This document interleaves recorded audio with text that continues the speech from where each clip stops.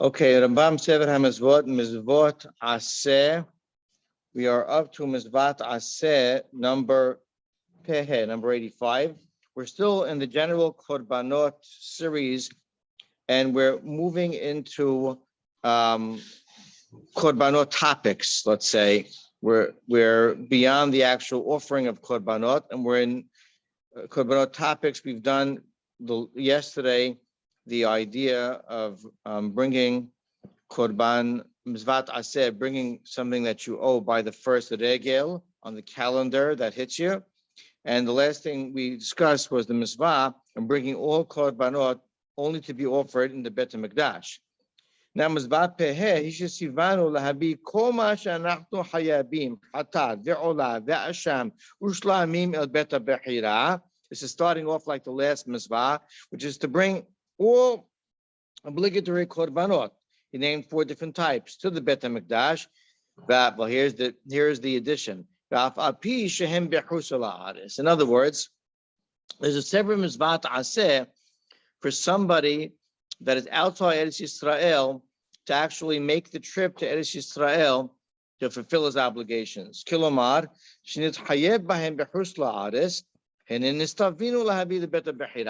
so a person committed a certain avirah, which obliged him to bring a certain korban, and he's in Mexico, right? So he made the avirah.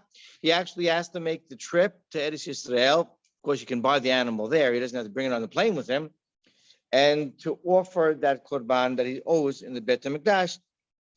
Vihu amaro, what is the source for that in the Torah? Rak kadashecha asher yihiyu bechomer.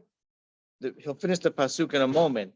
Pasuk says, but however, it's a limiting word, rak, the sanctified, in other words, offering that you will be upon you. V'lashon Sefer midrash says kadashecha eno medaber ela b'chodshei chush la'aretz. The word kadashecha we know from the Rashi Ba'al Peh, and that word in the pasuk is referring to owed korbanot from outside Eretz Yisrael. The continuation of the pasuk says tisa ubata. What does tisa mean? Carry, transport, and come. Says the Midrash, that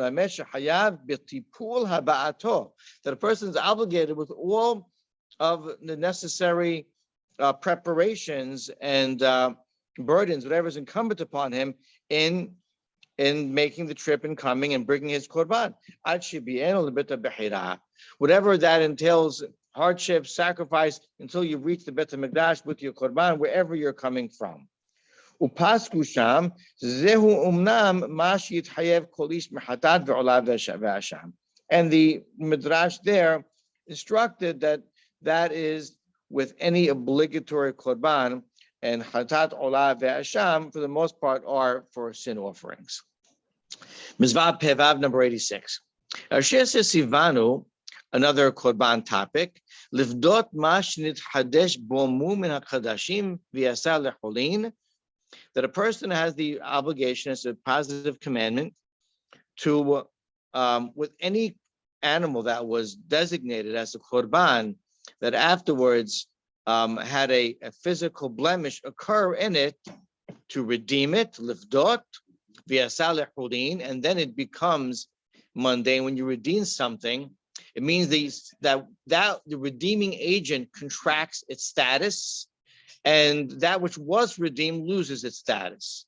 That's a general term of redemption that can be applied many ways. That's how it's applied with the korban as well.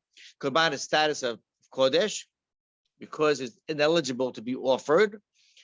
You redeem it probably with money. You could redeem it with another object, and then what the redeeming agent contracts its status of kiddusha, and that which had kiddusha loses its status. That's what redemption is. It becomes mundane. And now you can actually still slaughter that animal. It's still a kosher animal. In other words, there's a type of mum where the standard for blemish is higher with korban than with kashrut. Right? A certain blemishes makes it taref. You can't eat it even. There's a type of blemish where Torah lists them. For a korban, it loses its eligibility status. But regarding kashrut, it's not taref. You can still eat it. You do shechita. What's the source in the Torah? Rak b'chol avad nafshecha tizbach ve'achalta. Literally, that pasuk meant, but with all your desire, slaughter and eat. V'lashon Sefer, the Midrash explains, Rak b'chol avad nafshecha eno medaber ela b'psulei muktashim shivdu. This word term, all your desire, is referring to a korban that had kedusha, that contracted a blemish, that you redeemed. That's not something that you have to put on your mantle and keep kodesh for its existence. No, you with all your desire, you may eat that. Uchfar ba'aru remez mizvazo. There is a hint that Hakamim found in this Misvot, Kilomar Pidyon HaKodashim, and he's not going to discuss it, but it's discussed in Masechet Gemara Bechorot Timura, Mukomot Mechulim, V'arachin U'Me'ilah. In other words, many places in Shas that discusses the idea of redemption of a Korban. Misvot Pezai number 87. Hi Shesivanu Lihiyot HaTimura Kodesh.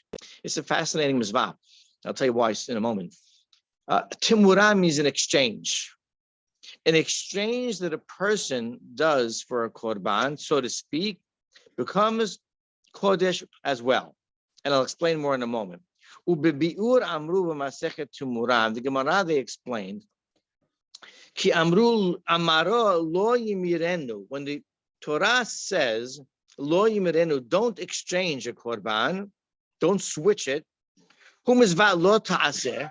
That's actually a negative commandment, shenitak la'aseh, which is attached to a positive commandment.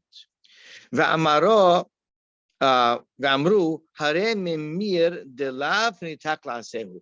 And therefore, a person who does exchange a korban, which violates a lo ta'aseh, assuming your korban is fine, it has no blemish, it's timely, is already designated, you should bring it.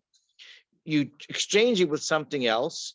You violated the law ta'aseh, but you now are attached yourself to Misvat aseh, which is the fact that the new korban that you exchanged, with which you exchanged, has kodesh, has kedusha. V'sham ne'emar gamken latet ta'am. There the Midrash explained and gave a reason. Hiyot mami lokeh. Why does the one who exchanges, is he punishable by lashes? There's a special category that we're mentioning here.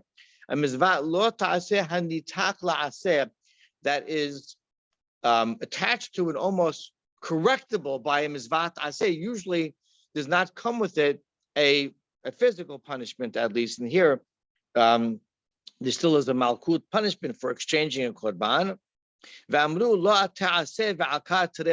reason that they gave is that you can't have a mizvat aseh, that the exchanged korban is still holy and you must offer it. Uproot two don't do's. What's the two don't do's? Kilomar ha'azhara metumura nechfelet pa'amayim. The negative, the warning in the Torah not to exchange a korban was said in a double terminology. The pasuk says, Lo yahalifenu, V'lo yamir oto, which means don't exchange it and don't exchange it. It's synonymous, but it says it in a double terminology. Uba aseh ehad v'hu hayahu utmurato, and then comes an aseh attached to it, which is it and its exchange yihiyeh kodesh, meaning that you can't remove its status when you exchange. We weren't supposed to exchange. That which you exchanged for and the exchanger both have kedusha, but that's a single aseh. The single aseh can't uproot a double, so to speak, lo ta'aseh, or an emphasized lo ta'aseh. And that's why that lo ta'aseh still carries with it a punishment of malkut, of lashes, although normally a lo ta'aseh that's nitak, that is attached to a positive commandment, doesn't. This is an exception, and it does. That's the Rambam's point. I explain what I tried to explain, he says. The name is Vazo b'Tmura, Masechet Timura. So why do I say this is unique? There's a special Masechet called Masechet Timura. There the Rambam says, we explain, how do you and how don't you fulfill this idea post-exchange? So why is this a unique Misvah? This is the only law, not only law, but the whole masechet, which revolves a law, that's what's called in halachic terms b'di'avad. In other words, the entire masechet of Timurah is built around doing something you weren't supposed to do, which now is a positive commandment. Do. In other words, you weren't supposed to exchange. Now, what are all the laws once you exchange the korban? What do you do next? The entire masechet of Timurah of an exchange is only a b'di'avad. It's fascinating. Every other masechet is a subject and it's an instructional subject. This is a subject of something that is a reaction to a sin, and now it's an instructional subject. It's the only masechet like that called Timurah. Okay, we'll stop here. But Amen. Amen.